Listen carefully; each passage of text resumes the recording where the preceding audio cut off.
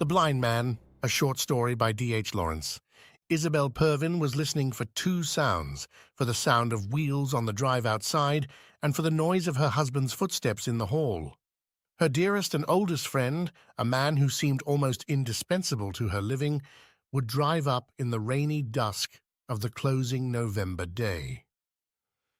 The trap had gone to fetch him from the station, and her husband, who had been blinded in Flanders and who had a disfiguring mark on his brow, would be coming in from the outhouses. He had been home for a year now. He was totally blind, yet they had been very happy. The Grange was Maurice's own place. The back was a farmstead, and the Wernhams, who occupied the rear premises, acted as farmers. Isabel lived with her husband in the handsome rooms in front.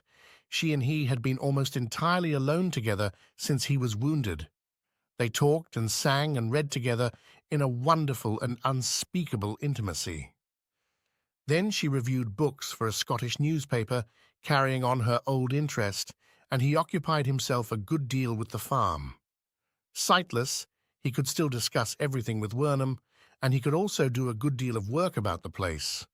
Menial work, it is true, but it gave him satisfaction. He milked the cows, carried in the pails, turned the separator, attended to the pigs and horses.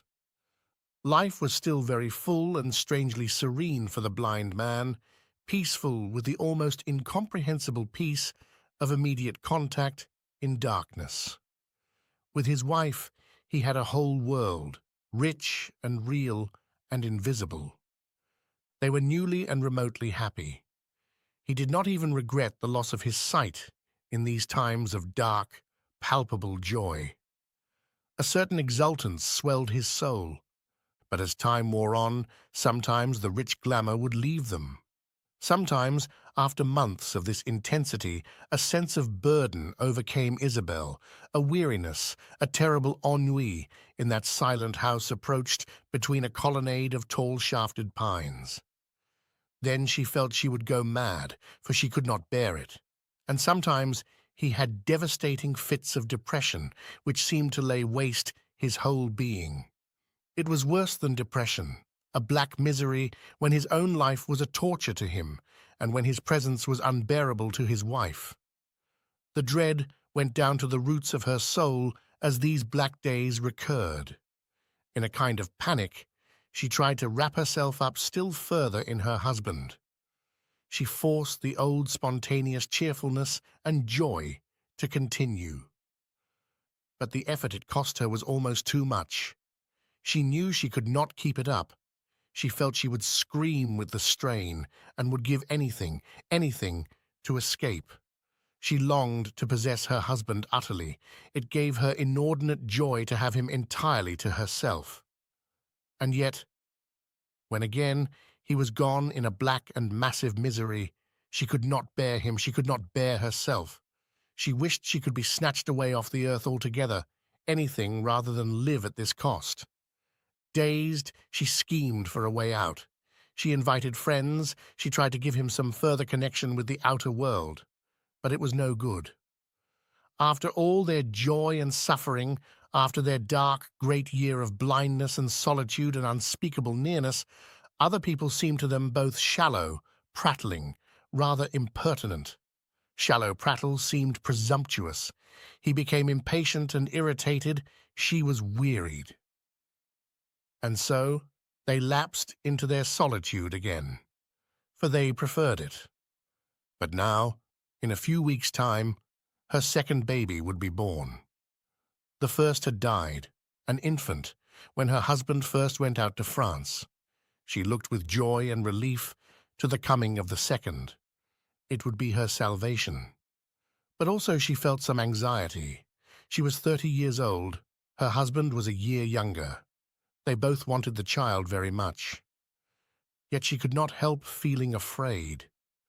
She had her husband on her hands, a terrible joy to her and a terrifying burden. The child would occupy her love and attention. And then, what of Maurice? What would he do? If only she could feel that he, too, would be at peace and happy when the child came. She did so want to luxuriate in a rich, physical satisfaction of maternity. But the man, what would he do? How could she provide for him? How avert those shattering black moods of his which destroyed them both? She sighed with fear. But at this time, Bertie Reed wrote to Isabel. He was her old friend, a second or third cousin, a Scotchman, as she was a Scotchwoman. They had been brought up near to one another, and all her life he had been her friend, like a brother, but better than her own brothers. She loved him, though not in the marrying sense. There was a sort of kinship between them, an affinity. They understood one another instinctively. But Isabel would never have thought of marrying Bertie. It would have seemed like marrying in her own family. Bertie was a barrister and a man of letters, a Scotchman of the intellectual type, quick, ironical, sentimental, and on his knees before the woman he adored, but did not want to marry. Maurice Pervin was different. He came of a good old country family. The Grange was not a very great distance from Oxford. He was passionate, sensitive, perhaps oversensitive, wincing, a big fellow with heavy limbs and a forehead that flushed painfully. For his mind was slow, as if drugged by the strong provincial blood that beat in his veins. He was very sensitive to his own mental slowness, his feelings being quick and acute, so that he was just the opposite to Bertie, whose mind was much quicker than his emotions, which were not so very fine. From the first, the two men did not like each other. Isabel felt that they ought to get on together, but they did not. She felt that if only each could have the clue to the other, there would be such a rare understanding between them. It did not come off, however. Bertie adopted a slightly ironical attitude, very offensive to Maurice, who returned the Scotch irony with English resentment, a resentment which deepened sometimes into stupid hatred. This was a little puzzling to Isabel. However, she accepted it in the course of things. Men were made freakish and unreasonable. Therefore, when Maurice was going out to France for the second time, she felt that, for her husband's sake, she must discontinue her friendship with Bertie. She wrote to the barrister to this effect. Bertram Reed simply replied that in this, as in all other matters, he must obey her wishes, if these were indeed her wishes. For nearly 2 years nothing had passed between the two friends. Isabel rather gloried in the fact. She had no compunction. She had one great article of faith, which was that husband and wife should be so important to one another that the rest of the world simply did not count. She and Maurice were husband and wife. They loved one another. They would have children. Then let everybody and everything else fade into insignificance outside this connubial felicity. She professed herself quite happy and ready to receive Maurice's friends. She was happy and ready, the happy wife, the ready woman in possession. Without knowing why, the friends retired abashed and came no more. Maurice, of course, took as much satisfaction in this connubial absorption as Isabel did. He shared in Isabel's literary activities. She cultivated a real interest in agriculture and cattle raising. For she, being at heart perhaps an emotional enthusiast, always cultivated the practical side of life and prided herself on her mastery of practical affairs. Thus the husband and wife had spent the 5 years of their married life. It had been one of blindness and unspeakable intimacy. And now Isabel felt a great indifference coming over her, a sort of lethargy. She wanted to be allowed to bear her child in peace, to nod by the fire and drift vaguely, physically, from day to day. Maurice was like an ominous thundercloud. She had to keep waking up to remember him. When a little note came from Bertie asking if he were to put up a tombstone to their dead friendship, and speaking of the real pain he felt on account of her husband's loss of sight, she felt a pang, a fluttering agitation of reawakening, and she read the letter to Maurice. "Ask him to come down," he said. "Ask Bertie to come here," she re-echoed. "Yes, if he wants to." Isabel paused for a few moments. I know he wants to. He'd only be too glad, she replied. But what about you, Maurice?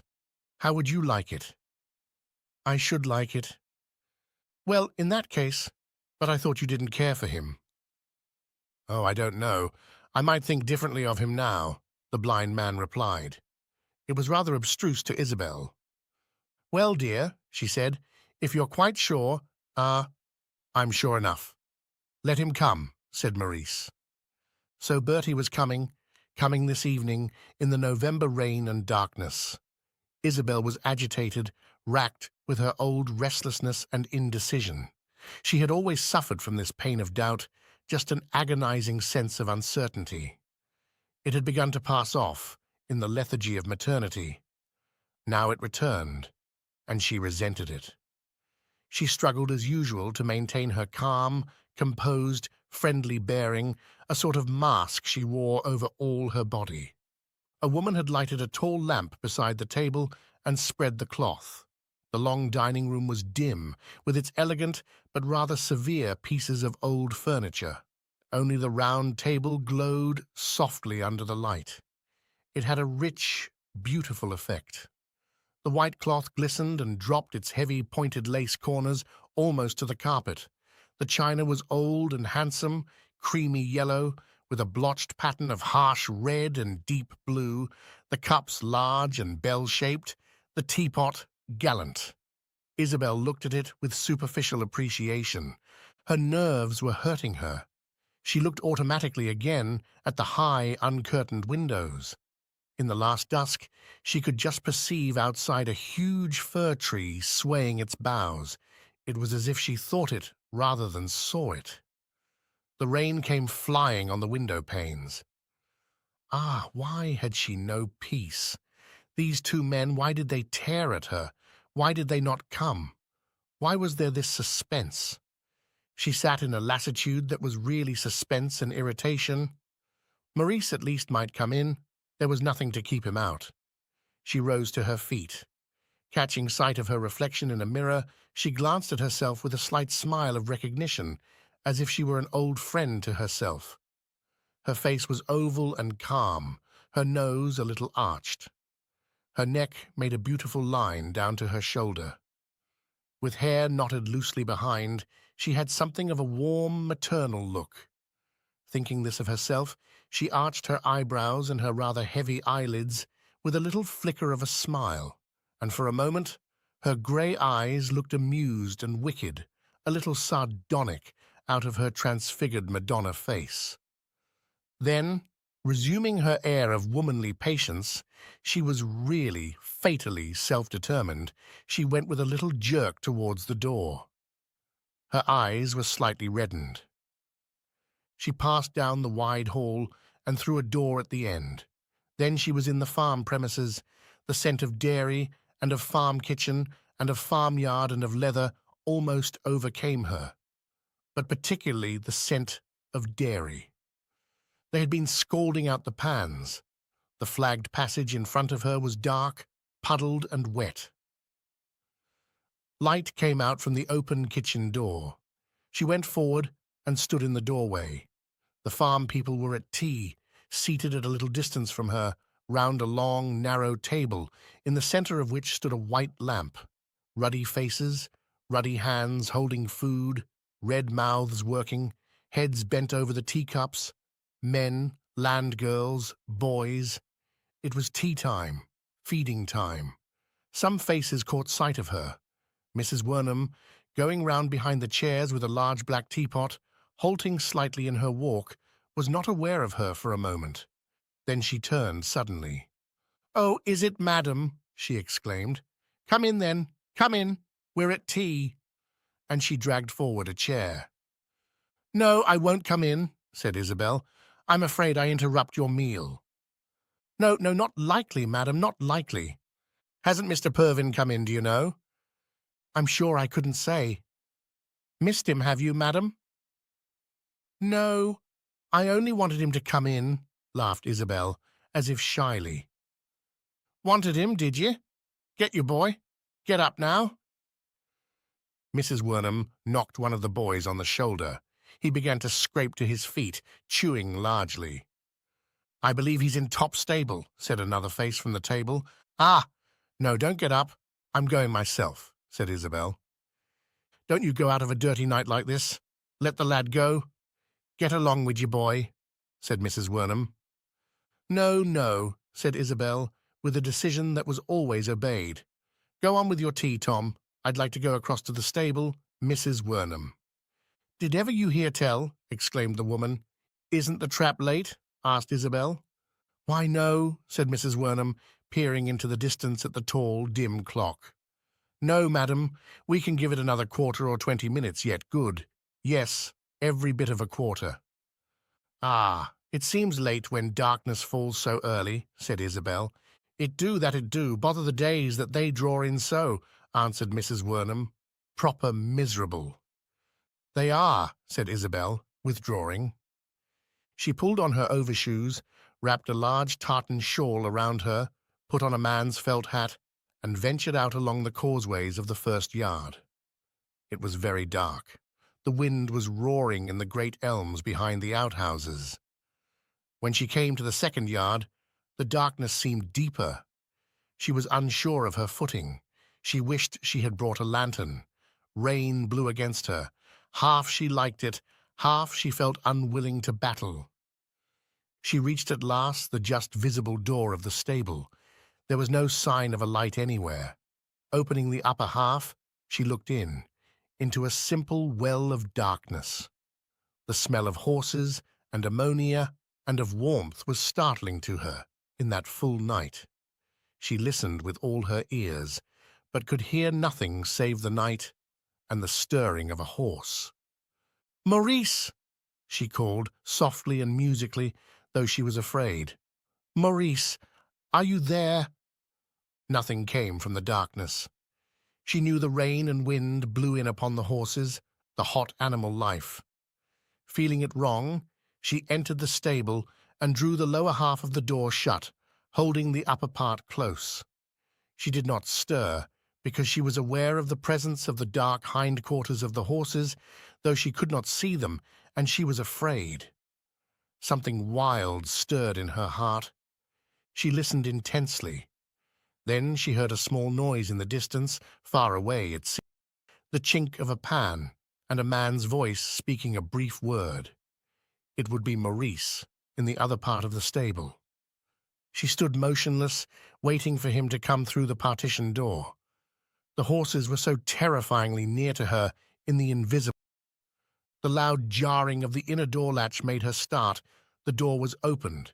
She could hear and feel her husband entering and invisibly passing among the horses near to her, in darkness as they were, actively intermingled. The rather low sound of his voice as he spoke to the horses came velvety to her nerves. How near he was, and how invisible! The darkness seemed to be in a strange swirl of violent life, just upon her. She turned giddy. Her presence of mind made her call, quietly and musically, "Maurice! Maurice! Dea ah!" "Yes," he answered. "Isabel?" She saw nothing, and the sound of his voice seemed to touch her. "Hello," she answered cheerfully, straining her eyes to see him. He was still busy, attending to the horses near her, but she saw only darkness. It made her almost desperate. "Won't you come in, dear?" she said. "Yes, I'm coming. Just half a minute. Stand over now. Trap's not come, has it?" "Not yet," said Isabel. His voice was pleasant and ordinary, but it had a slight suggestion of the stable to her. She wished he would come away. Whilst he was so utterly invisible, she was afraid of him. "How's the time?" he asked. "Not yet 6, she replied. She disliked to answer into the dark. Presently he came very near to her, and she retreated out of doors. "The weather blows in here," he said, coming steadily forward, feeling for the doors. She shrank away. At last she could dimly see him. "Bertie won't have much of a drive," he said, as he closed the doors. "He won't indeed," said Isabel calmly, watching the dark shape at the door. "Give me your arm, dear," she said. She pressed his arm close to her as she went, but she longed to see him, to look at him. She was nervous. He walked erect, with face rather lifted, but with a curious tentative movement of his powerful, muscular legs. She could feel the clever, careful, strong contact of his feet with the earth as she balanced against him. For a moment, he was a tower of darkness to her, as if he rose out of the earth. In the house passage he wavered and went cautiously with a curious look of silence about him as he felt for the bench. Then he sat down heavily. He was a man with rather sloping shoulders, but with heavy limbs, powerful legs that seemed to know the earth. His head was small, usually carried high and light. As he bent down to unfasten his gaiters and boots, he did not look blind. His hair was brown and crisp. His hands were large, reddish, intelligent. The veins stood out in the wrists, and his thighs and knees seemed massive. When he stood up, his face and neck were surcharged with blood. The veins stood out on his temples. She did not look at his blindness. Isabel was always glad when they had passed through the dividing door into their own regions of repose and beauty. She was a little afraid of him, out there in the animal grossness of the back. His bearing also changed as he smelt the familiar, indefinable odor that pervaded his wife's surroundings, a delicate, refined scent, very faintly spicy. Perhaps it came from the potpourri bowls. He stood at the foot of the stairs, arrested, listening. She watched him, and her heart sickened. He seemed to be listening to fate. "He's not here yet," he said. "I'll go up and change." "Maurice," she said, "you're not wishing he wouldn't come, are you?" "I couldn't quite say," he answered. "I feel myself rather on the qui-vive." "I can see you are," she answered, and she reached up and kissed his cheek. She saw his mouth relax into a slow smile. "What are you laughing at?" she said roguishly. "You consoling me," he answered. "Nay," she answered. "Why should I console you? You know we love each other. You know how married we are. What does anything else matter?" "Nothing at all, my dear." He felt for her face and touched it, smiling. "You're all right, aren't you?" he asked anxiously. "I'm wonderfully all right, love," she answered. "It's you I'm a little troubled about at times." "Why me?" he said, touching her cheeks delicately with the tips of his fingers. The touch had an almost hypnotizing effect on her. He went away upstairs. She saw him mount into the darkness, unseeing and unchanging. He did not know that the lamps on the upper corridor were unlighted. He went on into the darkness with unchanging step. She heard him in the bathroom. Pervin moved about almost unconsciously in his familiar surroundings, dark though everything was. He seemed to know the presence of objects before he touched them. It was a pleasure to him to rock thus through a world of things, carried on the flood in a sort of blood prescience. He did not think much or trouble much. So long as he kept this sheer immediacy of blood contact with the substantial world, he was happy. He wanted no intervention of visual consciousness. In this state, there was a certain rich positivity, bordering sometimes on rapture. Life seemed to move in him like a tide, lapping and advancing, enveloping all things darkly. It was a pleasure to stretch forth the hand and meet the unseen object, clasp it, and possess it in pure contact. He did not try to remember, to visualize. He did not want to. The new way of consciousness substituted itself in him. The rich suffusion of this state generally kept him happy, reaching its culmination in the consuming passion for his wife. But at times the flow would seem to be checked and thrown back. Then it would beat inside him like a tangled sea, and he was tortured in the shattered chaos of his own blood.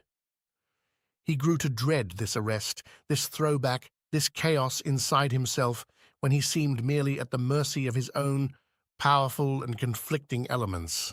How to get some measure of control or surety, This was the question, and when the question rose maddening in him, he would clench his fists as if he would compel the whole universe to submit to him. But it was in vain. He could not even compel himself. Tonight, however, he was still serene. Though little tremors of unreasonable exasperation ran through him, he had to handle the razor very carefully as he shaved, for it was not at one with him. He was afraid of it. His hearing also was too much sharpened. He heard the woman lighting the lamps on the corridor and attending to the fire in the visitor's room. And then, as he went to his room, he heard the trap arrive. Then came Isabel's voice, lifted and calling, like a bell ringing. "Is it you, Bertie? Have you come?" And a man's voice answered out of the wind. "Hello, Isabel, there you are. Have you had a miserable drive? I'm so sorry we couldn't send a closed carriage. I can't see you at all, you know." "I'm coming." "No, I liked the drive. It was like Perthshire. Well, how are you?" "You're looking fit as ever, as far as I can see." "Oh, yes," said Isabel. "I'm wonderfully well. How are you?" "Rather thin, I think." "Worked to death. Everybody's old cry. But I'm all right, sis. How's Pervin? Isn't he here?" "Oh, yes. He's upstairs changing. Yes, he's awfully well. Take off your wet things. I'll send them to be dried." "And how are you both in spirits? He doesn't fret?" "No, no, not at all. No, on the contrary, really. We've been wonderfully happy, incredibly.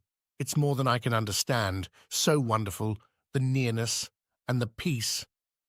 "Ah, well, that's awfully good news." They moved away. Pervin heard no more, but a childish sense of desolation had come over him as he heard their brisk voices. He seemed shut out, like a child that is left out. He was aimless and excluded. He did not know what to do with himself. The helpless desolation came over him. He fumbled nervously as he dressed himself, in a state almost of childishness. He disliked the Scotch accent in Bertie's speech and the slight response it found on Isabel's tongue. He disliked the slight purr of complacency in the Scottish speech. He disliked intensely the glib way in which Isabel spoke of their happiness and nearness. It made him recoil. He was fretful and beside himself like a child. He had almost a childish nostalgia to be included in the life circle. And at the same time he was a man, dark and powerful and infuriated by his own weakness. By some fatal flaw he could not be by himself. He had to depend on the support of another. And this very dependence enraged him. He hated Bertie Reed. And at the same time he knew the hatred was nonsense. He knew it was the outcome of his own weakness. He went downstairs. Isabel was alone in the dining room. She watched him enter, head erect, his feet tentative. He looked so strong-blooded and healthy, and at the same time, cancelled. Cancelled. That was the word that flew across her mind. Perhaps it was his scars suggested it. "You heard Bertie come, Maurice," she said. "Yes, isn't he here?" "He's in his room. He looks very thin and worn. I suppose he works himself to death." A woman came in with a tray, and after a few minutes Bertie came down. He was a little dark man with a very big forehead, thin, wispy hair, and sad, large eyes. His expression was inordinately sad, almost funny. He had odd, short legs. Isabel watched him hesitate under the door and glanced nervously at her husband. Pervin heard him and turned. "Here you are now," said Isabel. "Come, let us eat." Bertie went across to Maurice. "How are you, Pervin?" he said as he advanced. The blind man stuck his hand out into space, and Bertie took it. "Very fit. Glad you've come," said Maurice. Isabel glanced at them and glanced away, as if she could not bear to see them. "Come," she said. "Come to table. Aren't you both awfully hungry?" "I am, tremendously." "I'm afraid you waited for me," said Bertie as they sat down. Maurice had a curious monolithic way of sitting in a chair, erect and distant. Isabel's heart always beat when she caught sight of him thus. "No," she replied to Bertie. "We're very little later than usual. We're having a sort of high tea, not dinner. Do you mind? It gives us such a nice long evening, uninterrupted." "I like it," said Bertie. Maurice was feeling with curious little movements, almost like a cat needing her bed, for his place, his knife and fork, his napkin. He was getting the whole geography of his cover into his consciousness. He sat erect and inscrutable, remote-seeming.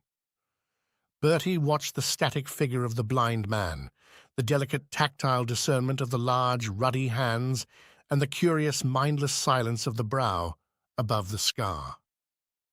With difficulty he looked away, and without knowing what he did, picked up a little crystal bowl of violets from the table and held them to his nose. "They are sweet-scented," he said. "Where do they come from?"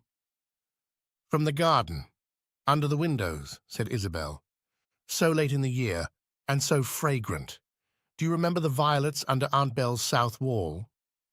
The two friends looked at each other and exchanged a smile, Isabel's eyes lighting up. "Don't I?" she replied. "Wasn't she queer?" "A curious old girl," laughed Bertie. "There's a streak of freakishness in the family, Isabel." "Ah, but not in you and me, Bertie," said Isabel. "Give them to Maurice, will you?" she added, as Bertie was putting down the flowers. "Have you smelled the violets, dear? Do. They are so scented." Maurice held out his hand, and Bertie placed the tiny bowl against his large, warm-looking fingers. Maurice's hand closed over the thin white fingers of the barrister. Bertie carefully extricated himself. Then the two watched the blind man smelling the violets. He bent his head and seemed to be thinking. Isabel waited. "Aren't they sweet, Maurice?" she said at last, anxiously. "Very," he said, and he held out the bowl. Bertie took it. Both he and Isabel were a little afraid and deeply disturbed. The meal continued. Isabel and Bertie chatted spasmodically. The blind man was silent. He touched his food repeatedly with quick, delicate touches of his knife point, then cut irregular bits. He could not bear to be helped. Both Isabel and Bertie suffered. Isabel wondered why. She did not suffer when she was alone with Maurice. Bertie made her conscious of a strangeness. After the meal, the three drew their chairs to the fire and sat down to talk. The decanters were put on a table near at hand. Isabel knocked the logs on the fire, and clouds of brilliant sparks went up the chimney. Bertie noticed a slight weariness in her bearing. "You will be glad when your child comes now, Isabel," he said. She looked up to him with a quick, wan smile. "Yes, I shall be glad," she answered. "It begins to seem long." "Yes, I shall be very glad. So will you, Maurice, won't you?" she added. "Yes, I shall," replied her husband. "We are both looking forward so much to having it," she said. "Yes, of course," said Bertie. He was a bachelor, 3 or 4 years older than Isabel. He lived in beautiful rooms overlooking the river, guarded by a faithful Scottish manservant, and he had his friends among the fair sex, not lovers, friends. So long as he could avoid any danger of courtship or marriage, he adored a few good women with constant and unfailing homage, and he was chivalrously fond of quite a number. But if they seemed to encroach on him, he withdrew and detested them. Isabel knew him very well, knew his beautiful constancy and kindness, also his incurable weakness, which made him unable ever to enter into close contact of any sort. He was ashamed of himself because he could not marry, could not approach women physically. He wanted to do so, but he could not. At the center of him, he was afraid, helplessly and even brutally afraid. He had given up hope, had ceased to expect any more that he could escape his own weakness. Hence, he was a brilliant and successful barrister, also litterateur of high repute, a rich man, and a great social success. At the center, he felt himself neuter, nothing. Isabel knew him well. She despised him even while she admired him. She looked at his sad face, his little short legs, and felt contempt of him. She looked at his dark grey eyes with their uncanny, almost childlike intuition, and she loved him. He understood amazingly, but she had no fear of his understanding. As a man, she patronized him, and she turned to the impassive, silent figure of her husband. He sat leaning back, with folded arms and face a little up-tilted. His knees were straight and massive.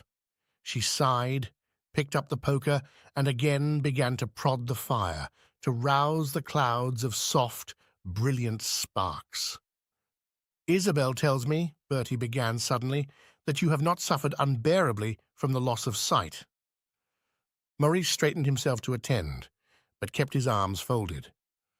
"No," he said, "not unbearably.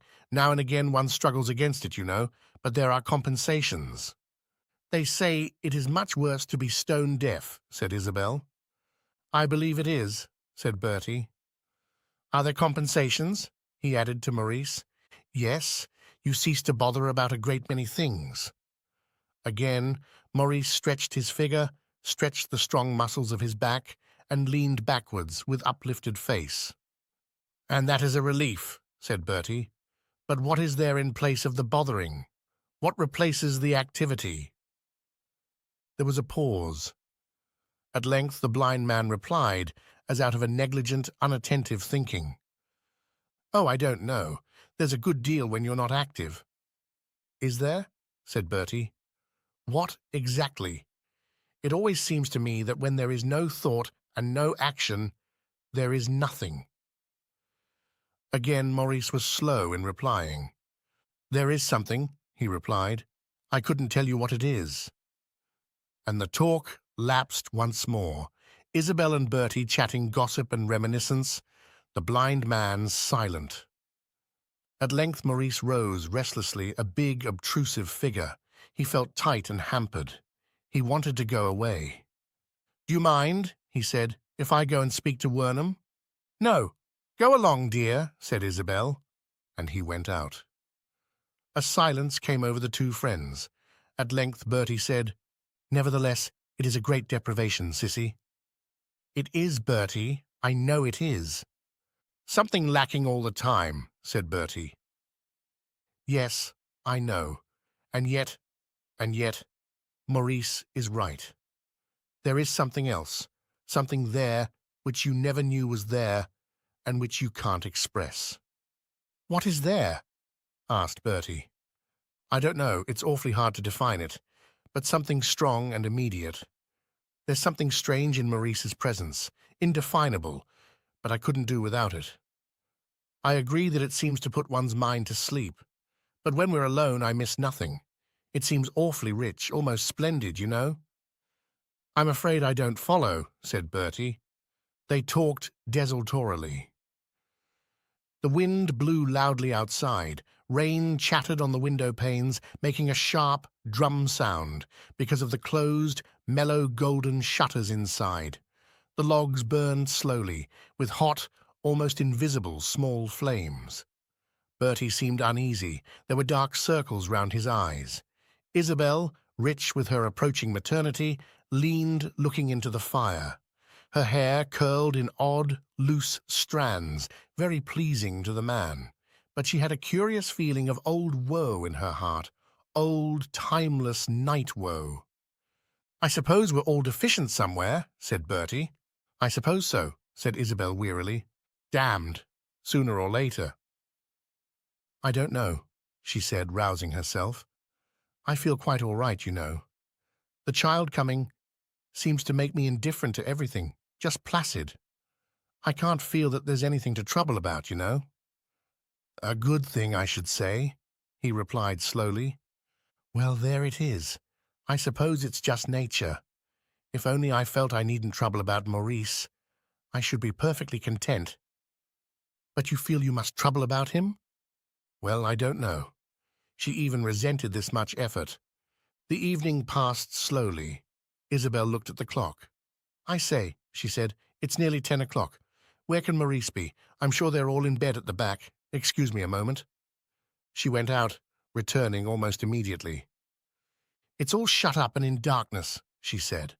"I wonder where he is. He must have gone out to the farm." Bertie looked at her. "I suppose he'll come in," he said. "I suppose so," she said, "but it's unusual for him to be out now." "Would you like me to go out and see?" "Well, if you wouldn't mind, I'd go, but—" She did not want to make the physical effort. Bertie put on an old overcoat and took a lantern. He went out from the side door. He shrank from the wet and roaring night. Such weather had a nervous effect on him. Too much moisture everywhere made him feel almost imbecile. Unwilling, he went through it all. A dog barked violently at him. He peered in all the buildings. At last, as he opened the upper door of a sort of intermediate barn, he heard a grinding noise, and looking in, holding up his lantern, saw Maurice, in his shirt-sleeves, standing listening, holding the handle of a turnip pulper. He had been pulping sweet roots, a pile of which lay dimly heaped in a corner behind him. "That you, Wernham?" said Maurice, listening. "No, it's me," said Bertie. A large, half-wild grey cat was rubbing at Maurice's leg. The blind man stooped to rub its sides. Bertie watched the scene, then unconsciously entered and shut the door behind him. He was in a high sort of barn place, from which right and left ran off the corridors in front of the stalled cattle. He watched the slow, stooping motion of the other man as he caressed the great cat. Maurice straightened himself. "You came to look for me," he said. "Isabel was a little uneasy," said Bertie. "I'll come in. I like messing about doing these jobs." The cat had reared her sinister, feline length against his leg, clawing at his thigh affectionately. He lifted her claws out of his flesh. "I hope I'm not in your way at all at the Grange here," said Bertie, rather shy and stiff. "My way? No, not a bit. I'm glad Isabel has somebody to talk to. I'm afraid it's I who am in the way. I know I'm not very lively company. Isabel's all right, don't you think? She's not unhappy, is she?" "I don't think so." "What does she say?" "She says she's very content, only a little troubled about you." "Why me?" "Perhaps afraid that you might brood," said Bertie cautiously. "She needn't be afraid of that." He continued to caress the flattened grey head of the cat with his fingers. "What I am a bit afraid of," he resumed, "is that she'll find me a dead weight, always alone with me down here." "I don't think you need think that," said Bertie, though this was what he feared himself. "I don't know," said Maurice. "Sometimes I feel it isn't fair that she's saddled with me."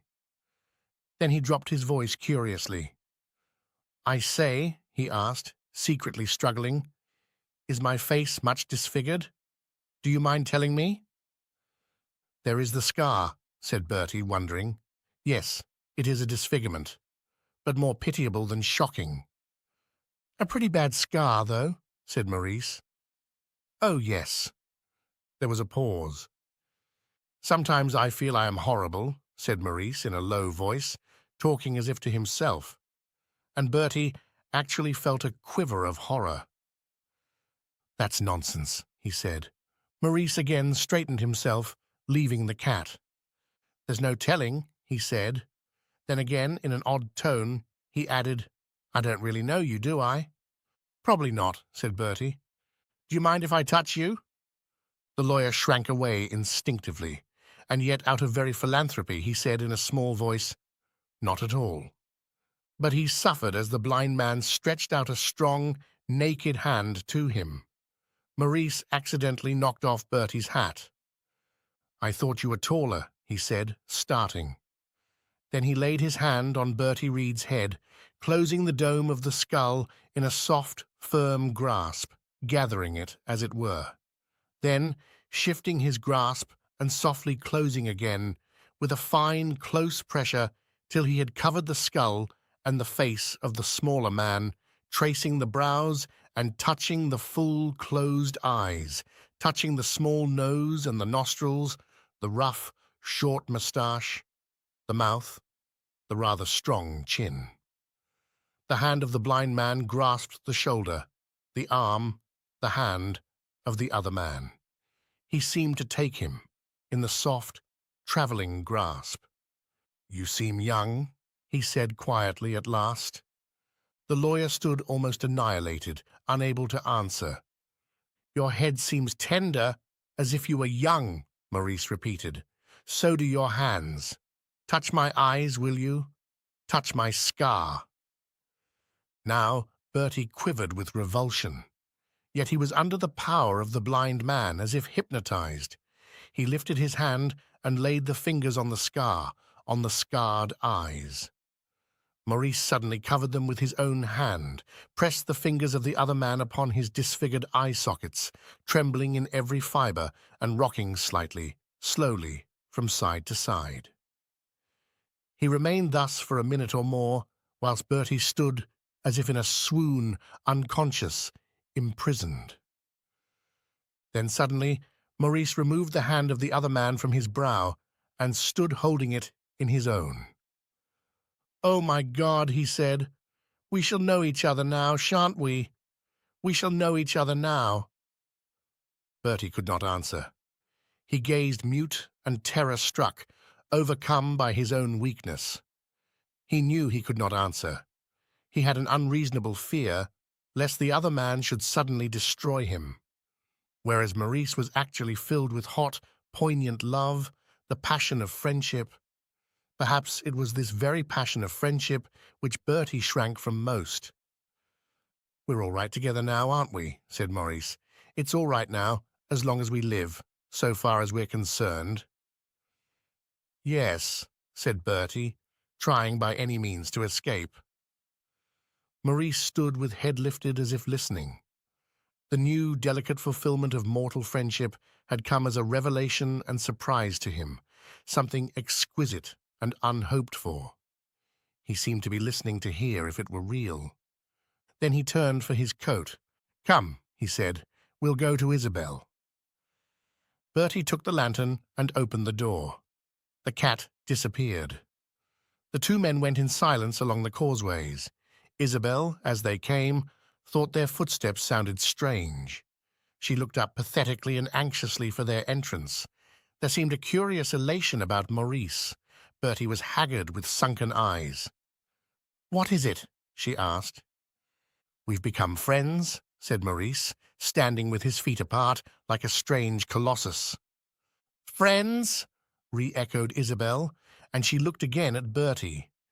He met her eyes with a furtive, haggard look. His eyes were as if glazed with misery. "I'm so glad," she said, in sheer perplexity. "Yes," said Maurice. He was indeed so glad. Isabel took his hand with both hers and held it fast. "You'll be happier now, dear," she said. But she was watching Bertie.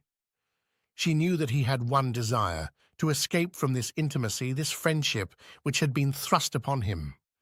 He could not bear it that he had been touched by the blind man, his insane reserve broken in. He was like a mollusk whose shell is broken.